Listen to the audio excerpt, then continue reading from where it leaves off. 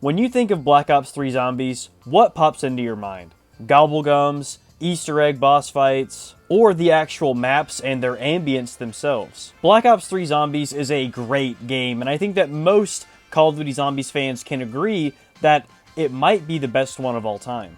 Now, I personally agree with the statement that this is the best Call of Duty Zombies game of all time, but whenever I think of any type of valid criticism about this game, there's one thing that always pops into my mind. And that's what we're going to talk about in today's video. My name is Prematch. If you like this kind of old school Call of Duty content, then please be sure to subscribe. But without further ado, let's get started. Shadows of Evil was the launch map for Black Ops 3, and with it released a brand new perk, and that brand new perk was Widow's Wine. Now, Widow's Wine itself isn't bad. In fact, it's a really good perk. The problem is that this was the only new perk added into the entirety of Black Ops 3. I consider this to be Black Ops 3's biggest L, adding only one new perk. Now, you can argue that the Gobblegums replaced a lot of new perk additions, and while that is true, I consider perks to be different enough from Gobblegums to be a little disappointed by the fact that there was not a new perk added besides this one. In fact, unless you are using Gobblegums, you're going to find it a little hard to actually obtain this perk on a lot of the maps in this game. You could easily buy it from the machine on Shadows of Evil, but this perk was not even on the Giant, which was the other launch map for Black Ops 3. Upon the release of DLC 1 with their Eisendrache, the machine was not on the map. It was in the Wonder Fizz machine, but it was extremely hard to get. There were moments where I had to hit this thing over 100 times just to get Widow's Wine. It's also only in the Wonder Fizz machine on Garad Krovi as well, making it just that much harder to get. Zetsubo no Shima also did not have an actual machine per se, but you did have an alternative way to get Widow's Wine for free. After defeating the spider boss fight on Zetsubo no Shima, you will then have access to a free pool of fresh Widow's Wine in this little tunnel on your way out of the cave. This will be here for all players throughout the remainder of the game, and all you gotta do is just come in and get this free bottle of Widow's Wine. Now, this is very nice considering the fact that it is free, but it is still gate-kept behind an Easter egg step, making it just a little less accessible. And Revelations being the send-off for Black Ops 3, we also had a Widow's Wine machine here as well. But this would not be the last time that we saw this perk, because it would come back throughout Zombies Chronicles.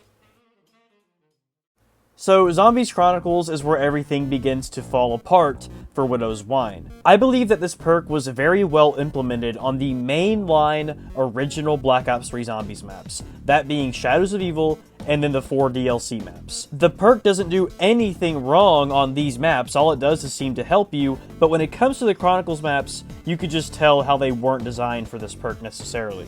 Origins, in my opinion, is the one exception where Widow's Wine is a good perk to have on the map. But I think you feel this because Origins is very similar to a BO3 Zombies map in terms of design. It feels like Widow's Wine is implemented well here, and of course it doesn't do anything wrong. Well, Nocturne Totem is where we begin to see a slight issue. Widow's Wine is one of the more common perks to get from the Wonder Fizz machine on Zombies Chronicles, and you're more likely to take it because the perk itself is very strong. But we can see one major issue here with this map. The infamous camping spot on this map has a grenade wall buy right behind you at all times. Now, back in the World at War days, we all know that sometimes we would spam that grenade wall buy and just throw grenades over and over again. Well, you can't do that if you have Widow's Wine on the BO3 version because it replaces your frag grenades with Widow's Wine grenades. Now, yes, this is one little small thing, but it does show how a lot of these older maps may have just not been designed for this kind of perk. You could say that I'm going a little too far with this one, but having a Widow's Wine machine instead of the PhD Flopper machine on Ascension feels a little weird, considering the fact that this was the first map that introduced PhD Flopper.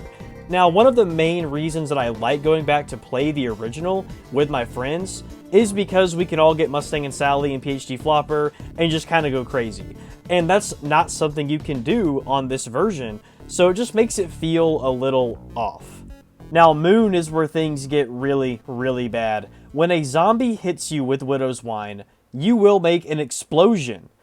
That explosion blows out the windows in the areas of the map that need air. It's not like Black Ops 1 zombies where you can at least control where you're going to blow stuff up at. You can just be running by an area completely disregarding the fact that if a zombie hits you, you're going to explode. Like, come on. The worst part about it is that you're just not thinking about it. You're never thinking about having to avoid the windows from being hit. It wouldn't be such a big deal if it didn't blow out the windows for the remainder of the entire game, and it also wouldn't be such a big deal if it wasn't absolutely essential to have air in certain parts of the map.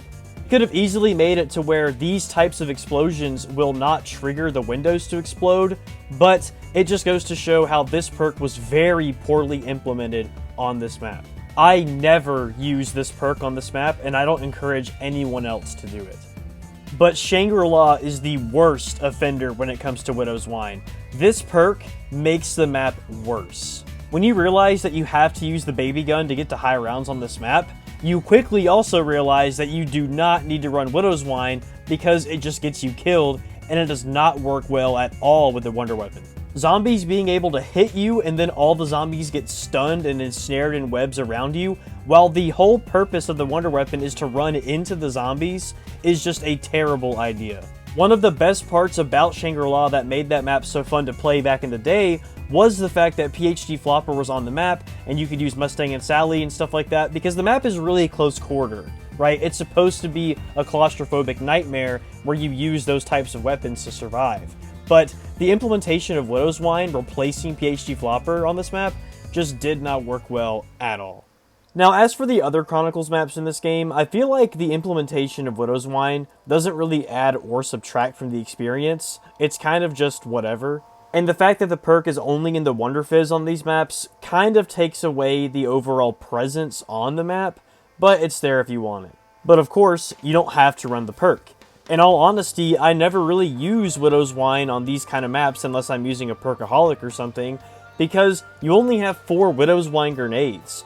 And on maps that don't have shields, it is very, very easy to lose all of your Widow's Wine grenades. And if you lose all your Widow's Wine grenades, well, you basically just have an empty perk slot for the rest of the round. My question for the Zombies Chronicles maps specifically is, why did they even add this perk on them in the first place? Have you ever thought about why they never added Widow's Wine to the Giant, even though it was a launch map in Black Ops 3, right alongside Shadows of Evil? Well, in my opinion, it comes down to the developers realizing that this perk just would not have worked on the Giant, because it's a remake. Widow's Wine is a game-changing perk, and its addition on the map completely changes the way it can be played. Now, you could argue and say that, okay, well, Deadshot and Stamina Up were added, but I feel like those perks don't change the game that much. It just makes me wonder why they even put Widow's Wine on the Zombies Chronicles maps. Was it really that hard to implement PhD Flopper instead? And why even have the Black Ops 1 perks on the World at War maps to begin with? It just seems a little odd. I guess it makes the maps a bit more unique from their original counterparts, but it just seems a little bit off. I mean, we all know that Chronicles itself is not a 100% direct remaster of the original maps anyway, but adding a perk like Widow's Wine to these maps, while not implementing it well because it directly goes against some aspects of some of these maps, just seems very unwelcome to me. So in conclusion, I think we can all agree that Widow's Wine being in the game in the first place is a great thing to have. It is a game-changing perk, and I do think that it works well with the overall BO3 maps and system and mechanics itself. But when it comes to remakes and remasters, you really need to play test and really need to see if your additions are well implemented. And I think Moon and Shangri-La are the biggest examples of how we can see that this BO3 item being brought into remastered maps just did not work.